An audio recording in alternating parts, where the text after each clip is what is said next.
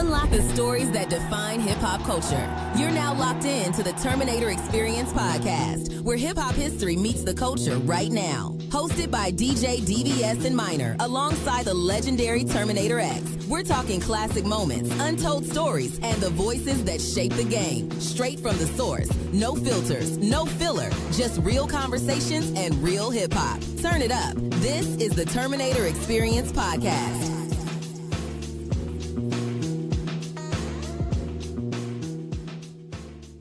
All right, welcome to another edition of the Terminator Xperience podcast. I got my brother with me, Brother Minor. Today we got three distinguished brothers, legendary brothers, S1W's of the group Public Enemy. We got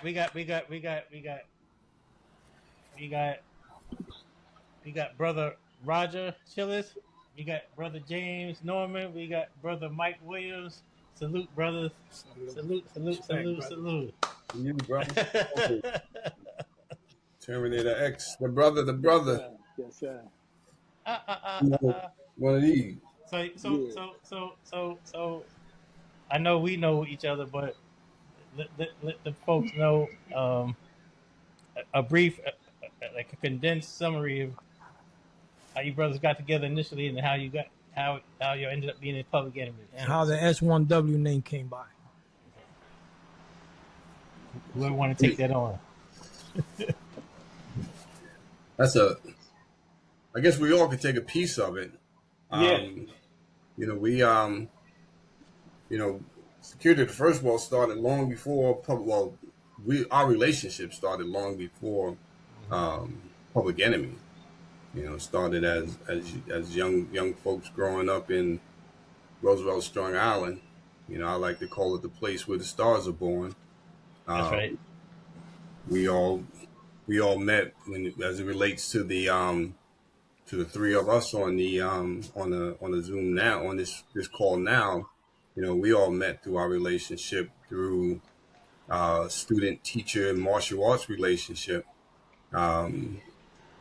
Of course, Griffin Raj grew up together, and I started training with them, Mike as well, as a young teenager, and then as time grew, martial arts class evolved into what we called Unity Force, which was when Spectrum City. When they were, you was one of the main DJs with Spectrum City, Hank, Chuck, everybody going out doing the parties in the Long Island area. Wizard KG. And we started the security force.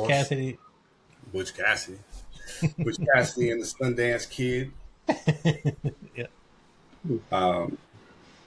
But when they started throwing all the parties, getting everybody else in the community opportunity to come out and dance and have good times, we wanted to make sure that everything was safe. So they kind of reached out with Griff because of his relationship, that long-standing relationship that he had with Hank, even before Chuck, because Griff was a DJ in Spectrum. Mm-hmm. Even before I started training with them, like one of the first times that I saw Griff, he was DJing at I believe it was at Roosevelt High School. They were doing a party at Roosevelt High School, and Griff was DJing, and he went from when he wasn't DJing, he had just like an electric drum, like a little Lin drum. He used to beat that electric drum. So, but along with that relationship, we started Griff Raj, myself started Unity Force, where we provided the security for the parties, and the look of Unity Force was a social conscious organization, because that's the way we were even growing up. We were politically and socially, you know, Black pride, that whole thing growing up inside of our community. So I remember when it was time to, before, time to start doing the parties and everything. Um, we were trying to figure out what type of uniform we were going to wear. And Raj came up with the idea. He's like, yo, we should just dress like the Black Panthers. So from there, we put on all black and the berets. And that was the look that we had as we secured the Spectrum City parties. And then, of course, once Chuck was signed and Public Enemy was signed as a group, Chuck just adapted the Unity Force look into Public Enemy and named it Security of the First World, or the S1W's. But our relationship went back long before there was even a thought of a Public Enemy, at least on our end. We never thought about anything like that. Anybody want to add on? Yeah. Well, Unity Force, when we started Unity Force, we wanted to start an organization because we were seeing what was going on in our neighborhood with a lot of the young people that, at that time, there was a lot of young people getting into trouble. And in order to keep them out of trouble, so we started our own organization, and we recruited a lot of the young people to teach them Black history, self-defense, security, discipline, and at the same time, you gotta remember, Unity Force, when we started doing security for Chuck and Spectrum and Hank and all of those, we was never trying to get into the music industry. That wasn't our goal. I mean, we transitioned later on into the music industry, but our goal was never to get into the music industry, because our first priority was Unity Force. Our organization. We didn't know where this thing was going to take us. We didn't know how big it was going to become. We were so focused on doing, community stuff within the community, and doing security and keeping young people out of trouble. That was our main focus. But in the early stages, it was like, all right, okay. Chuck got signed and he took us along with us, and we didn't know where it was going, but we went along. And we already had this social conscious, whatchamacallit, way before Public Enemy. We was doing this way before Public Enemy. Public Enemy wasn't even, a thought, or it didn't even exist. And we was doing social consciousness stuff, way before Public Enemy. We just, got an opportunity to take it around the world and make it bigger than, what it was. So you kind of remind me of, like, I never thought about this before, but Unity Force was kind of like a mini Zulu Nation from Long Island. The Zulu Nation was kind of similar, and maybe not teaching everything, but Zulu Nation, in order to keep, Zulu Nation started out. It's not a secret. They started off as a gang. Yeah. But they didn't like starting trouble. But if it was some trouble, it was gonna be a problem. You know what I mean? But they ended up converting to the Zulu Nation to try to kind of convert it over to the hip hop culture. You know what I mean? So it's kind of similar in certain ways. That's awesome. Oh yeah, because during that time, you got to remember the biggest thing out there. During that time, was a lot of drug dealing, and the music industry was, picking up far as hip hop. Everybody wanted to be one or the other. So we were trying to save people. Get cash, because during that time, man, people was doing hand in hand. You had crack era, you had weed. People was out there, young people going to jail, throwing away their lives, and we see what was going on. We like, yo, we gotta make a change, man. We can't keep on just losing our young people to the penal system. So that's why we came up with Unity Force, to bring everybody together and do something different and show them something different, and be an example of as a young man and woman and how to conduct yourself in society. Yeah. So one of y'all tell me, like, when y'all was doing security, like, what was the biggest, like, have y'all ever got into like fights and y'all had to protect people? You know, did the crowd go wild in one of these spots that y'all had to like go in there and fix everything up? Well, I mean, we got into a few scuffles in the beginning because, what we was doing was brand new. Because when they was doing the parties out in Long Island, it was a lot of violence. People fighting, maybe shooting. And that's why I think that Hank and Chuck and the rest of them, got us to do security so everybody, coming in to be safe. Because, a lot of people was fighting. Like I said, they was shooting.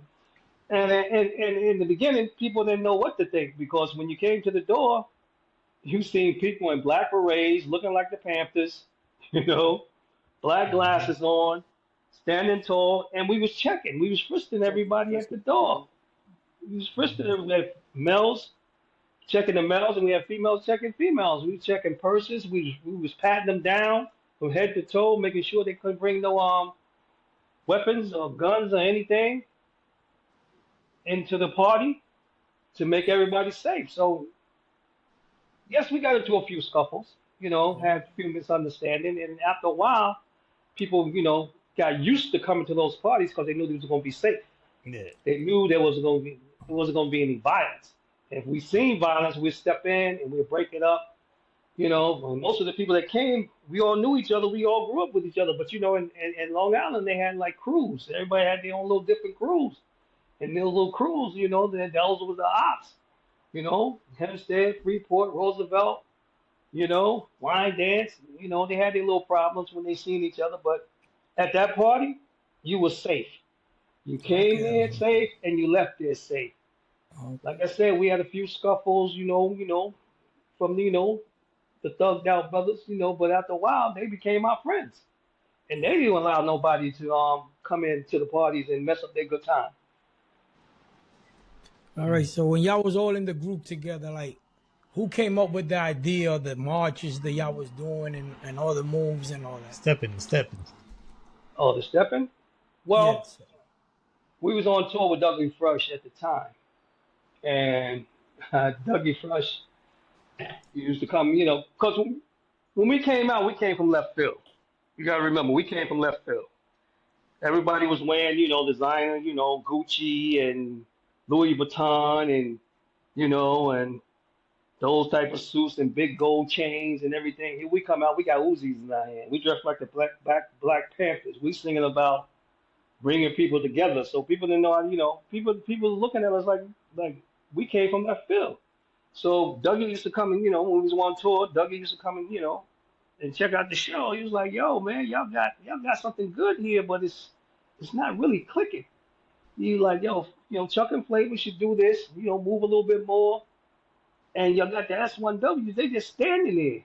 They're not doing anything. I think they should, step, start doing, like marches or something like that. So it was like, it came from, Dougie Fresh gave us the idea to start drilling. So we took it upon ourselves like, wow, something that's good. So when we came back, we all got together off with a sister named Sister Sharina, MGT from the Nation of Islam. Sharima, yep. She helped us with some of the box steps and a few moves.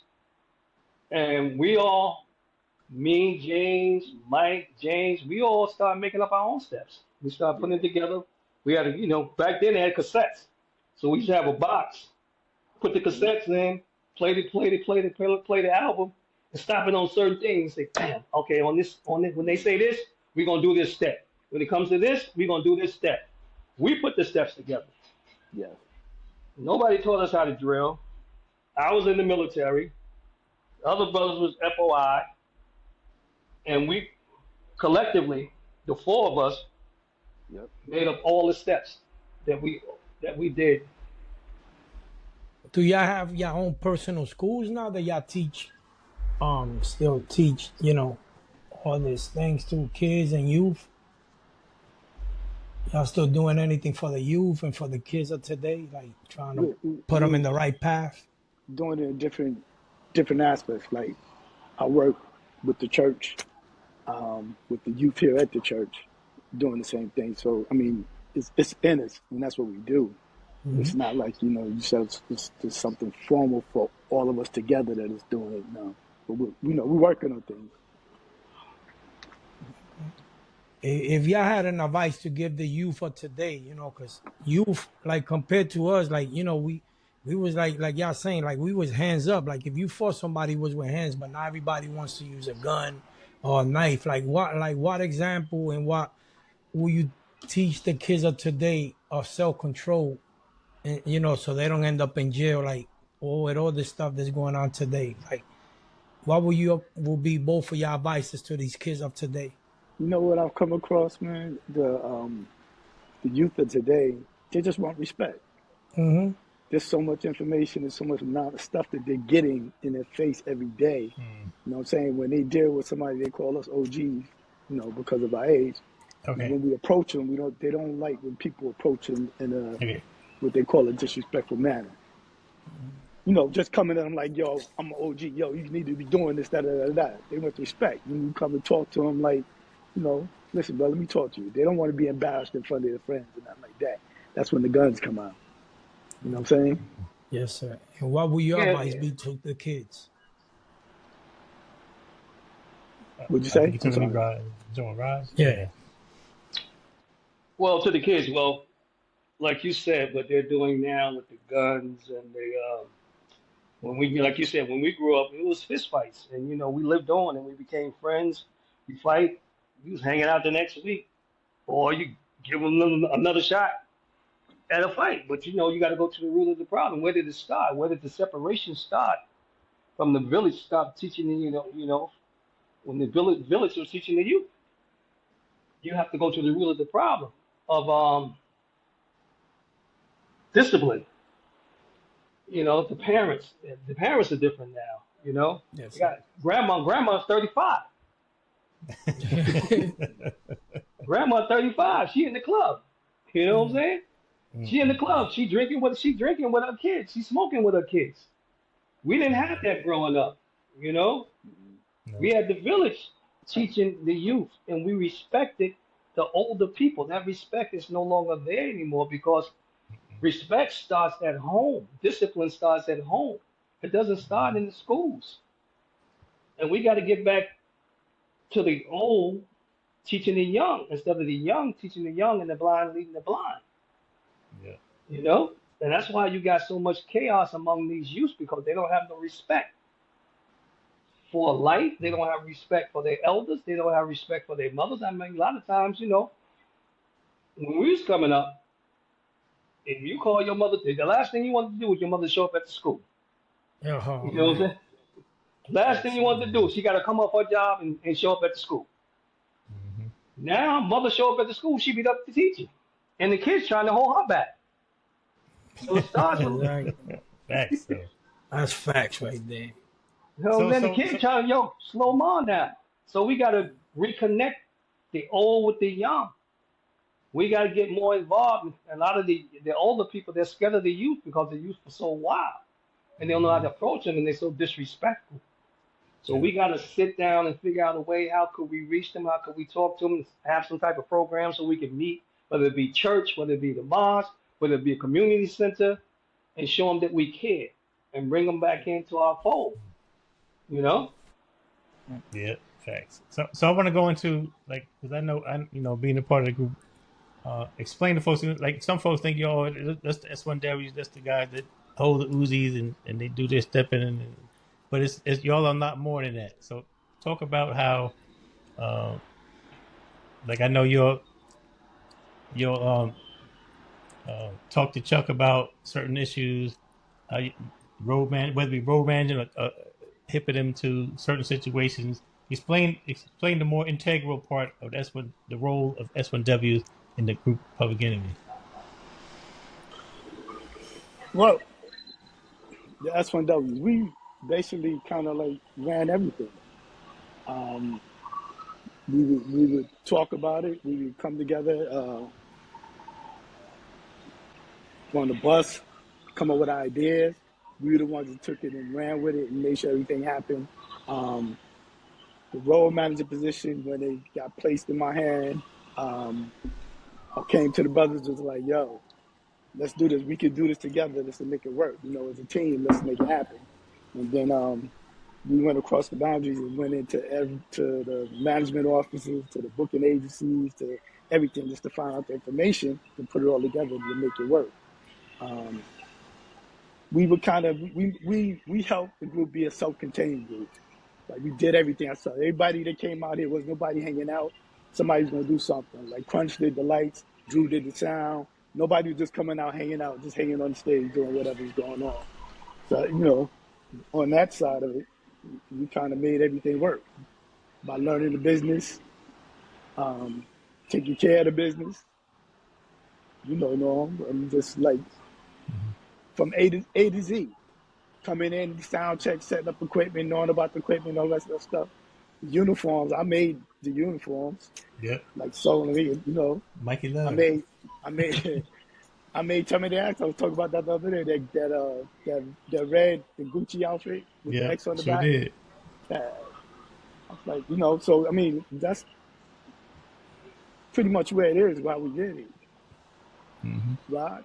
Yeah, well, Public Enemy, people don't realize that we used to manage the group. They seen the S1W's. They thought we was just wooden soldiers. We was taking orders. No, we was managing the group. It's like a beautiful car that's sitting there, but it has no engine. So if it has no engine, it can't run. Public Enemy was a beautiful car, but we became the engine that made it run. We made it run. We made all the rules and regulations and held people accountable to those rules and regulations. We went and set up the tours, went up to the booking agencies and set up the tours and this, that, and the other, and set up the tours and what tours we wanted to go on, and where we wanted to go, and how long we wanted to be out, and who we wanted to, take on tour with us. We did all that. We was up in them offices up in New York, pounding the streets, in and out of offices, talking to the people, going up to Def Jam, meeting with the people. You got to remember, we traveled with like 13, 14 people. Yeah, 13, 14 different personalities. But everybody had to fall under the same rules. We made the rules. If you violate those rules, there was consequences for your actions. If you violated, Chuck didn't have to make those decisions. We made those decisions. Chuck fell under that umbrella of us making the rules. If he violated, he had to uphold to those rules. And that's what the S1Ws did. A lot of people don't know that. They thought we just wooden soldiers stepped and we took orders. Nah, it wasn't like that. Like Mike said, everybody, it's like a puzzle. It's like a puzzle. Everybody was a piece. And everybody brought their piece together, became a whole. So everybody had a job. So it was just like, people just, hanging out, groupies just hanging out. Everybody had a job in our organization. And everybody brought something to the table. And once that puzzle came together, we became Public Enemy. Yeah. We did everything in our power to make it easy for Chuck, Clay, Terminator to come on stage, do what we got to do, get on stage, and go to the next spot. Do everything that we had to do. Any interviews, anything else that had to happen, we did everything we could do to make that car run smooth. Yep, we would find out what was going on in different cities and meet with the people who was ever in charge of their organizations and meet with these people and setting up the meetings when we get to the city. Going into Saprini Green, going into, Watts, going into Nicholson Gardens, some of the roughest spots. I mean, we was going into neighborhoods during that time when, as you can remember, when gangbanging was at its height. We was in those neighborhoods talking to people. When gangbanging was like in the 90s, when they was doing drive-bys, we was in those neighborhoods. We was in Watts. We was in Nicholson Garden. We was in South Central. We was in Compton. We was in banging in Arizona? when they was doing banging out, they did their whole thing. We was down there. We was out. We Not only always came to the people. Yeah. not only that, when the group was under scrutiny, like from the Klan or the FBI, we went to certain cities and the Klan coming through, and y'all was out there. Look, where they at? Where they at? Oh yeah, we was looking for the Klan. Yeah, when they said the Klan wanted to kill us, we was down in the Carolinas. Klan marched on us, telling they wanted to kill us. They wanted to do all that. So we never seen the Klan before, other than pictures. So we went outside looking for the Klan. Yeah. And we was outside like, where they at? They was looking for us. They was looking for us, and we was looking for them. Yeah. So another thing I want to talk about, a lot of people don't know. I happen to know because I'm involved. But after Griff gave that controversial interview, and the Jewish people rose up and did what they did, Chuck and Hank was like, "Oh, the group is over. The group is over." But you guys, people don't know that. You guys, I want to say, no, we ain't going out like that. So tell us about that. Well, when that happened, you got to remember Chuck and Hank. I think they had some type of deal on the table. And when that happened, I think the record deal, it was messing up their deal. And there was a lot of controversy, because who runs the industry at that time and who still run the industry. And so we was at 510, me and James at 510, we listened to the radio. Chuck is on the radio telling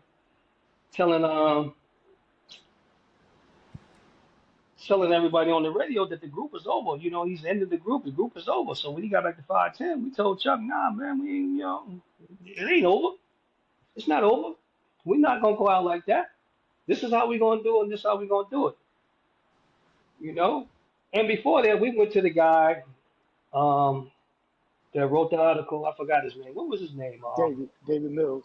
David Mills. Yeah, me and James got David Mills to come to 510. We tried to talk to him about, because the article was like almost 2 hours long, but he took that last little bit and then he ran with it because, and we tried to, get him to not put that out there.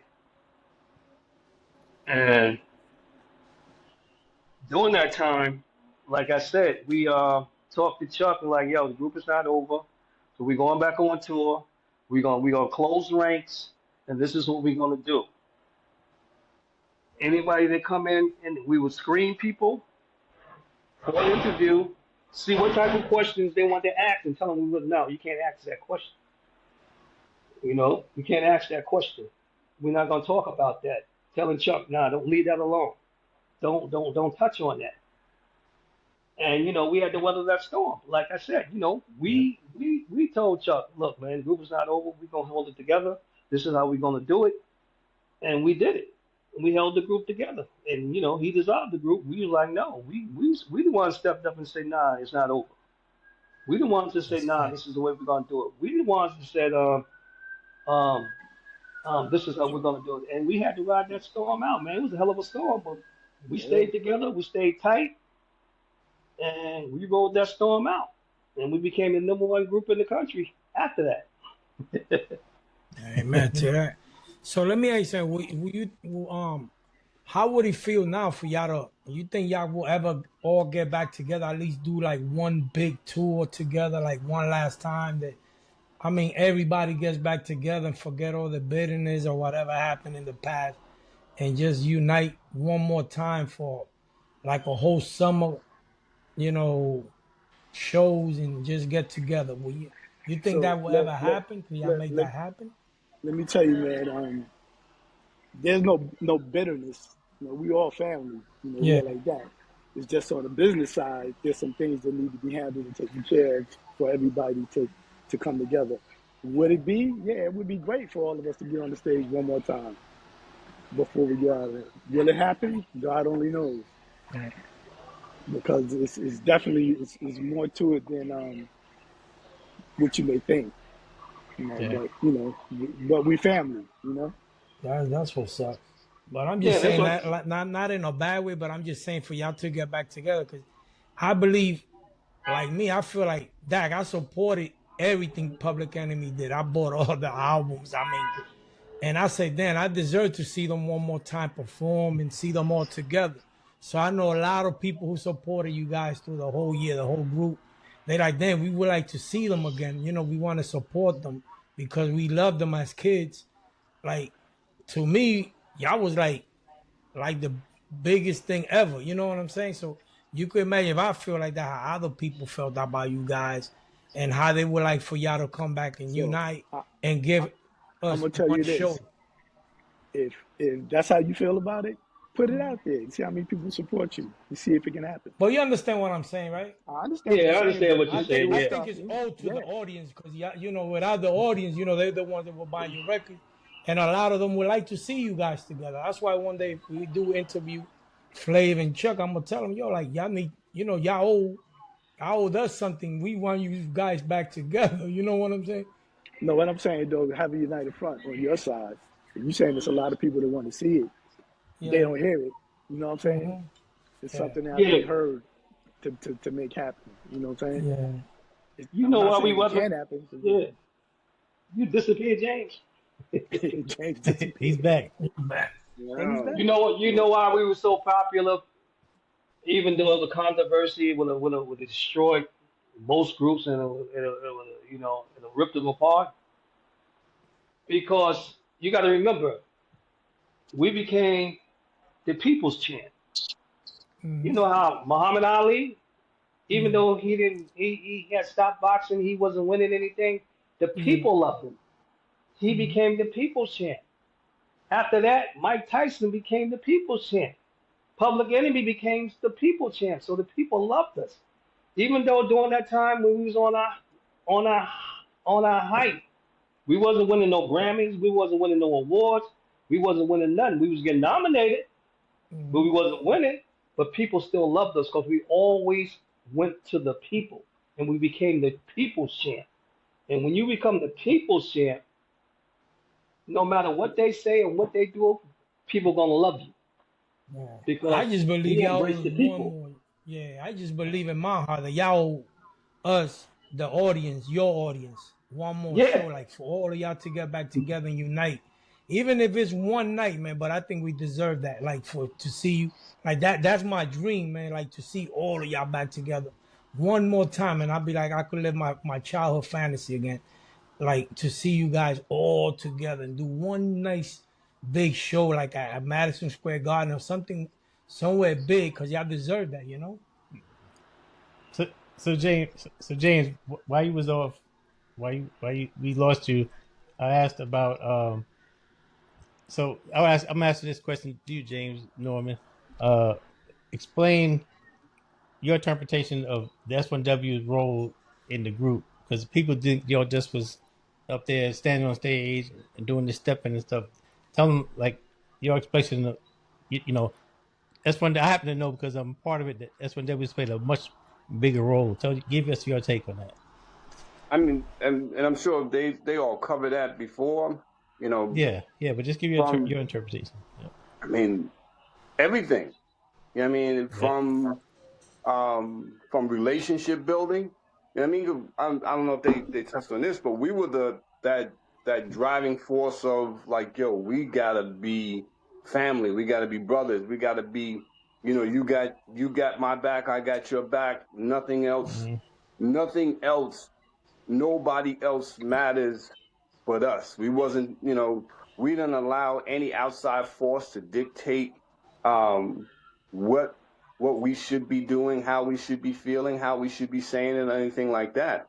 You know, and that was the attitude that we kind of pushed in among all the group members because you know we had that relationship among ourselves, but you know we just tried to make sure that it spread and went viral. And the one thing about our position in the group, we were not really given anything. We had to fight and make our way. You know, Mm-hmm. we took charge in certain situations.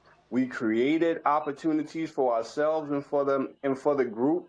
We didn't take no for an answer. It wasn't about Brother James, Brother Mike, Brother Roger, James Bond, Pop as individuals. It was all about the group. It's like the group's mission. How do we get apart? How do we, get that across? And what we did with that, like I said, it wasn't an individual thing. We knew that it was a job that had to be done, so we did it. If it was making sure that, like even like when you talk about the security portion with us, we just made sure, we wasn't going to allow anybody to hurt one of us. You know what I mean? So it was one of those, I got your back, you got my back. It's not like, we protecting each other because like we CIA or just like some paid security guards. We were brothers looking out for brothers, and we would have fought together. We would have, win, lose, or draw. We going through that battle together.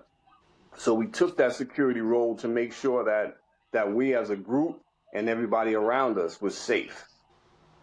Business-wise, as it started off with just Mike, and then Mike and myself as road managers, and then Mike, and then Raj and James coming. We built that road management team to make sure that everything that was happening out on the road was working the way it was supposed to. And it was a lot of shit was trial by error. We ain't go to no school. It wasn't like Chuck would say, this is what I want to do, and we made it happen. He's like, I want to tour during this period of time. We made it happen. I want to go here. We need to do this. We need to do that. We make it happen. As we going into different areas, we made sure that we were familiar with the various states and towns and communities, all that other stuff that we were in. We researched it. We talked about it. We talked with locals, and we found out what's some of the hottest topics that's in there. We relayed that information on the Chuck. Like, look, this is what's here. Talk about this. Stay away from that. Then from road management, going into the on the business end, creating Malik Entertainment as a company. Again, doing all the work by itself. We went years with the four of us as S1W's directing the business of Public Enemy, especially as a road related business as Public Enemy, and then you just had Rush collecting their 15%, and but we were doing all the work, and then eventually the responsibilities turned over to us. I mean, we were just those dudes that like, look, this is what has to be done. And as long as we're here, we're going to do it, and we're going to do it right. And we kept each other in line. And it's our, the drilling on the stage was a small part of what we did, because the work started long before we went on stage, and then after we got off stage, when everybody else was going back to the hotels, we in the closing room counting tickets, counting monies, picking up, we going into it, we're the ones who sat down. Like, we use a lot of people don't know this shit, right? But we use the booking agency to get discounts on air flights and stuff like that. Well, mostly on air flights after a while. But even with hotels, we would get into the office ourselves and we would map out the hotels that we were going to stay in. We would get on the phone with the hotels and negotiate rates. Once we figured out, we could do this with corporate rates. So we negotiated the rates on that. And I mean, shit, Shit. I mean, you're saying real quick. We did a lot, man. I'm fucking tired. I'm fucking tired just thinking about it. Yeah. So on a different tip, real quick. Tell us some funny tour stories. I can think of an early story. I can think of an early story. What happened in Vegas stays in Vegas. No. Funny stories. I guess we can talk about everything but Vegas. Yeah, that's fine. Like the first thing that comes to mind, starting from the beginning, like even before the tours. If you go ahead and say what I think you're going to say, go ahead. Please don't say it. Go ahead. Nah. Well, if you don't, something that you don't mind talking about, like some funny stories, funny story or interesting stories from tour that you're not embarrassed to talk about. No, you can say what you're going to say. Oh, so one of the early shows. This is before we did tours. We were just doing shows at the time. Flavor couldn't make the show, and you had to impersonate Flavor. So tell us about that. And I want to say from the beginning that I was the worst Flavor Flav impressionist ever. I did a horrible job in trying to impersonate Flavor that nobody believed it, and that was the worst part. That was the crazy shit. You was good for a while because nobody. Well, I was good because it was because the lights low. Cut the lights low. Like just to go and Flavor going was like, okay, what we gonna do? Oh, James got to do it, and I'm like, nah, I ain't do it. Then they put me in this big ass T-shirt, hat, clock. So now I'm like, that shit worked. It worked for Flav. Flav, my man, love him. That shit worked for him, but I was too cool for that shit. At least I thought. So we get to where were we at? Was it Jersey or Staten? Where was we at? Staten Island or some shit?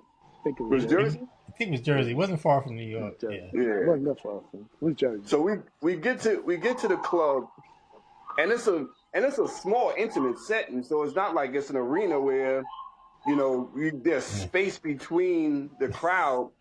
People got their elbows resting up on the stage. That's how close it was. Mm-hmm. And so the show's going. Griff is up front rapping. Chuck is up there rapping. And at first, I'm just standing in the back, just holding the mic, trying to convince myself to go ahead and get involved. and then I tell myself, you can do this, man. Like, you can win. You can win. You can win, Jesse. You can win. So then I engage, and Chuck is standing in the middle of the stage. He rapping. So I'm like, I remember Flavor doing this. They go to the middle of the stage. Flavor doing the yeah, boy. So, I'm going through this whole shit in my head. So Chuck there, I go get there with my mic. Chuck turn around, smack me in the mouth with the mic. After that, I just walked over into the corner. And then right off of that, everybody was like, that ain't Flav. Yeah, I remember some dude. That ain't Flavor. That ain't Flavor. That ain't Flav.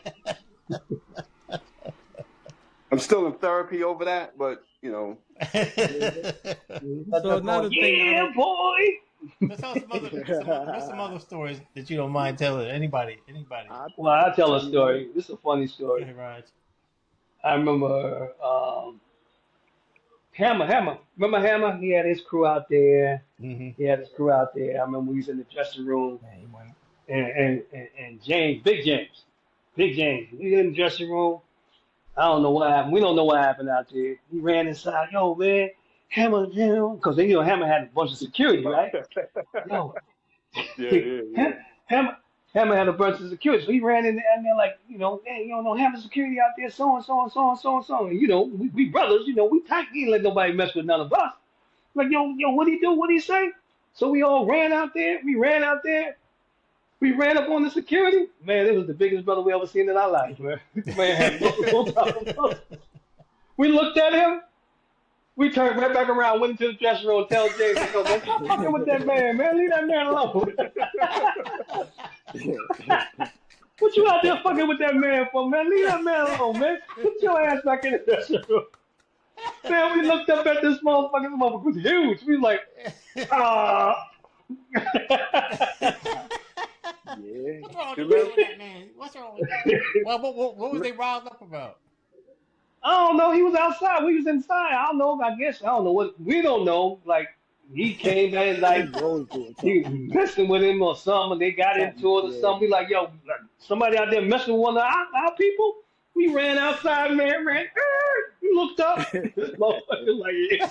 We turned around and ran back in the dressing room. Like, James, bring your ass back in here. Leave that man alone, bro. Fucking go. Nine times out of 10. Well, at least probably 8 out of the 10 times that we got into a scuffle out on the road. James Bond was if he wasn't the root of it, he always threw that. Once he threw that first punch, and then we was like, oh shit, we ain't nothing left to do now. Wow. We in it now. I'll tell you too. Tell me one more thing. One time I had to be Chuck. Oh yeah, you sure did. Chuck, you Chuck, did. I remember Chuck that. missed one show, and he'll tell you about it. He was like, "Look, man, Chuck is on his way. All right, we're gonna move these person up here. Y'all gonna come down here. What's going on? If he not here by the time they go off, y'all getting cut." I looked at James and I said, "Let's do it." We flipped the Flav. Flav's like, "Come on, let's go." And I had to do Chuck on stage. And the key thing is, as soon as the show was over, Chuck walked through the door. All right, let's go. I'm ready to go. Let's go. He said, "What do you mean you're done?" Oh, here goes some funny shit. You know, one thing about the group, man, we the group. When we were all together, the core of the group back then, man, is like Chuck mentions this on the documentary. When Public Enemy when we were all together, and Public Enemy was at its peak, nobody could fuck with Public Enemy. You know, just in terms of like us as a unit, we were the tightest unit going out there. You know, so many groups watched us as they came up, learned from us, and was like impressed by like, yeah, we gotta get like that. And it was a family. Yeah. And just like any family, you know, there's disagreements, there's some little spats, and every now and then it may be a tussle. One time in Philadelphia, Flavor pissed Chuck off. Oh boy, I already know where we're going. Man, that shit was the funniest. Flavor sitting in the chair, Chuck yelling at him. Chuck took his sneaker. He spun. He did a complete circle, 360, spun through it and hit Flavor in the chest with the sneaker. And then before Flavor got up, you know, Chuck just put his shoulder into his chest and was just like, you know, he's throwing punches. It wasn't really trying to hurt, but, you know, just.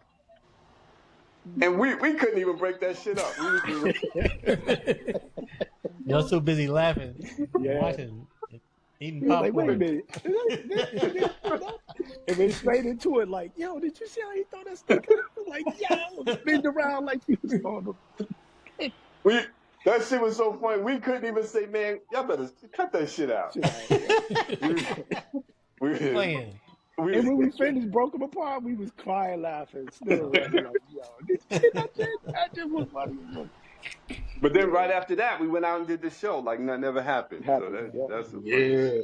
One thing, the family vibe. And the key thing is that we are family, and it goes deeper than that because we know each other's family, like our families, moms, dad, you know, sisters and brothers. It's one big family. Like we all know each other, like, and grew up. I mean, before PE. So that makes a world of a difference in our day to day, you know. Yeah, because a lot of the groups that what amazed me when I was out there, a lot of the groups, a lot of them didn't really associate with each other, you know? Yeah. They really didn't like each other. You talk to them like, hey, That's your man, though. You know, they good. You know, they didn't have that type of bond. You know, they didn't Remember have when we that had type to of sit down? bond. We sit down with the groups before the tours, like, yo, look, check this out. We out here together. We one big happy family. Ain't gonna be no big eyes, little U's. You gonna get the same kind of sound that we get, same kind of lights that we get. It's the tour. We gonna make it work. Anybody get down, we gonna get down together.